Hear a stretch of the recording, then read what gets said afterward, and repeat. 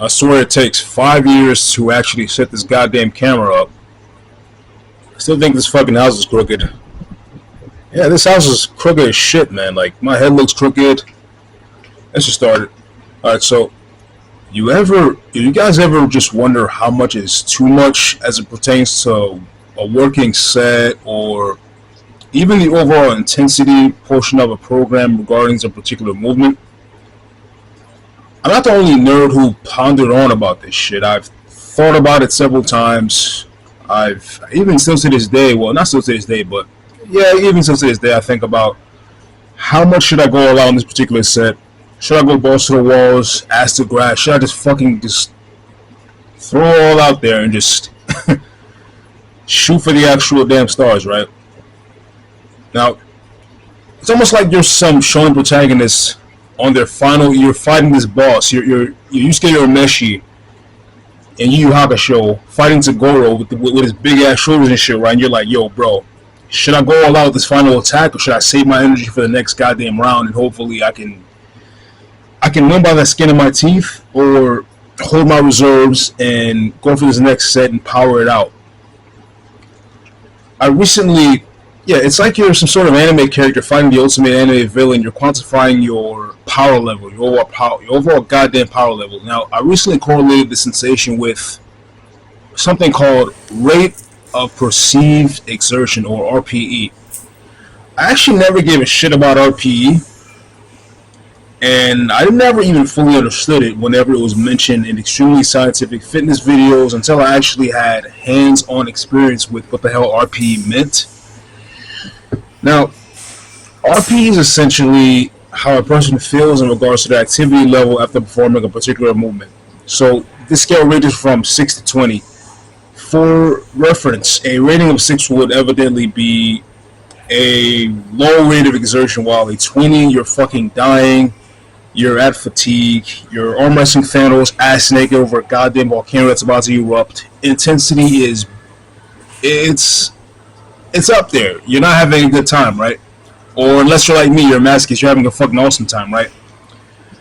I don't have fancy charts, studies, or a peer-reviewed meta-analysis conducted by sophisticated, academics justifying my points. But what I do have is my own personal perspective. Ideally, everyone wants to go balls to the walls and go to failure. It's a badass concept. It's awesome. You think about it, all in all. That's how we correlate exercise.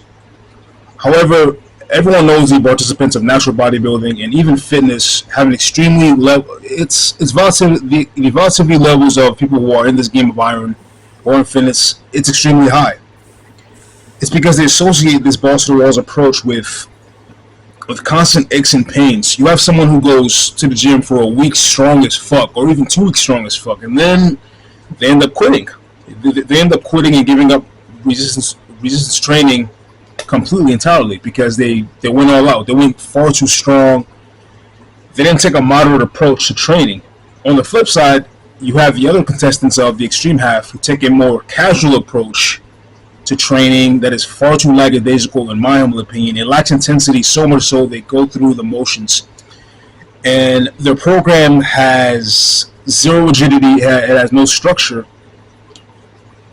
For example, they might train biceps with 15-pound dumbbells, and the rep range are from 20 to 25, which is glorified endurance-based training, and it's not related to hypertrophy whatsoever. And they end up making zero progress, and then they spend 1 hour on Instagram getting all butthurt by individuals who have an extremely well-built physique. Albeit a lot of them are unnatural, we get it. They're taking SARMs, they're taking Trin, they're taking Anavar, they're taking Winstrol, they're taking a drug that's being created next fucking 50 seconds from now, and they end up quitting. So the solution is obvious. The solution is evident. There's a middle ground. There is nuance. There is, of course, nuance. If you are performing a certain lift, you have to take into consideration the risk to reward ratio. Let's take the overhead tricep extension, for example. Let's say you're performing something roughly like, you're performing 3 sets. 3 sets, and you're performing a rep and on the third set, decide to go 8 reps, right? At an RP of 14. What's the worst? What's the worst that can happen if you're at that level of intensity? What? You you end up getting the ball way above your head, right, or the dumbbell way above your head, right, and it falls, right. Let's say you fail. What's the worst that can happen? The dumbbell falls behind you, and bam, it makes a loud noise. Everyone looks at you and shit. Well, no one really cares because they got the headphones on. Hell, you're probably gonna get buried into a goddamn bar someday because they got the headphones on. Not, and they'll catch you last second. But that's another video for a different time, right? But you got a dumbbell that falls behind you. Bam, what do you damn do, right? Versus now, what about a back squat? Let's say you're performing this lift at an RPE of 20 for a triple. You're doing 3 sets, 3 reps. Fucking bonkers, isn't it? Can you imagine that? And the most difficult part of a squat is not when you're going all the way down. It's when you're pushing the fucking bar on the way up. That's the hard part, because on the way down you have to breathe in. On the way up you have to breathe the fuck out. And let's say if your intensity level is just at the maximum, 20. the worst that can happen? Several things can go wrong. Now, you can end up falling forward, planting your face directly on the goddamn gym floor, leaving a permanent imprint of your face on the fucking ground, losing half of your fucking teeth. So now you got less than 32 molars in. Or you can end up having an imbalance. You're going all the way up, you have an imbalance, and your fucking knee gives out, or your hip gives out, and your fucking hip like shoots all across the fucking West Orange or fucking, I don't know, Michigan or wherever the fuck you live at. Yo, it's not going to Jerusalem. And then the bar falls over to the right or to the left, injuring a fellow gym goer, and now you're just known as the guy who failed.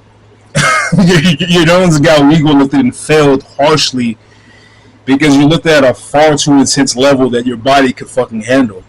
So of course there is a goddamn middle ground.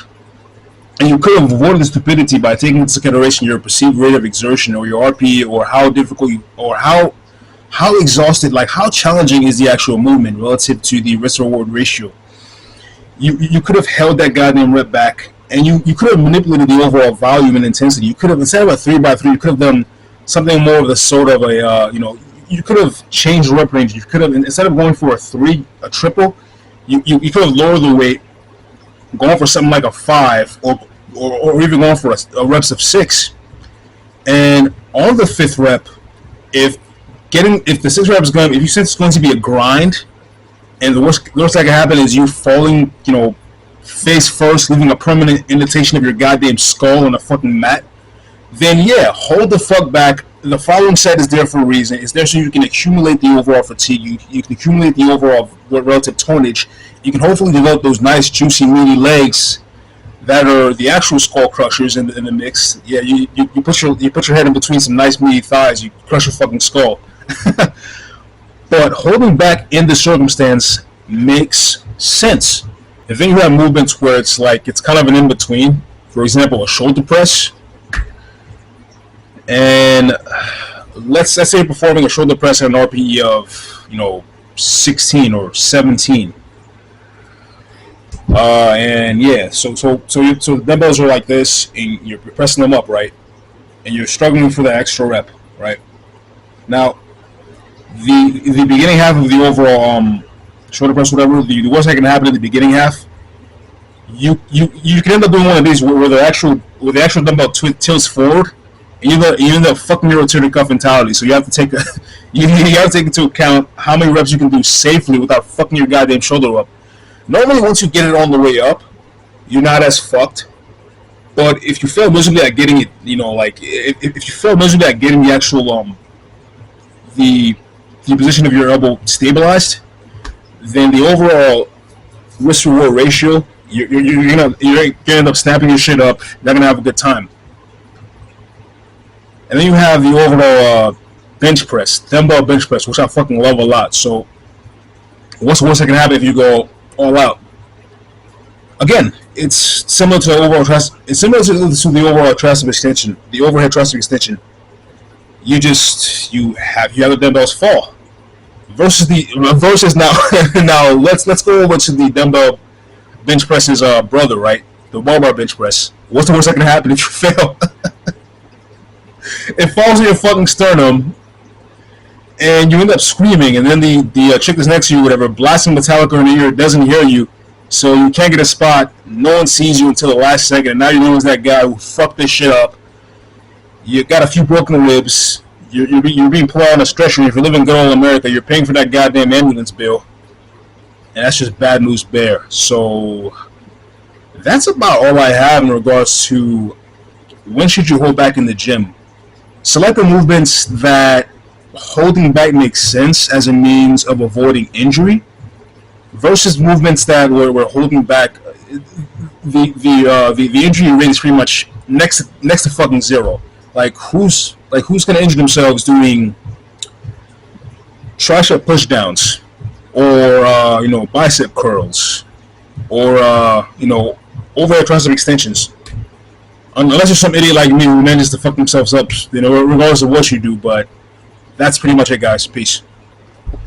Choose your fighter.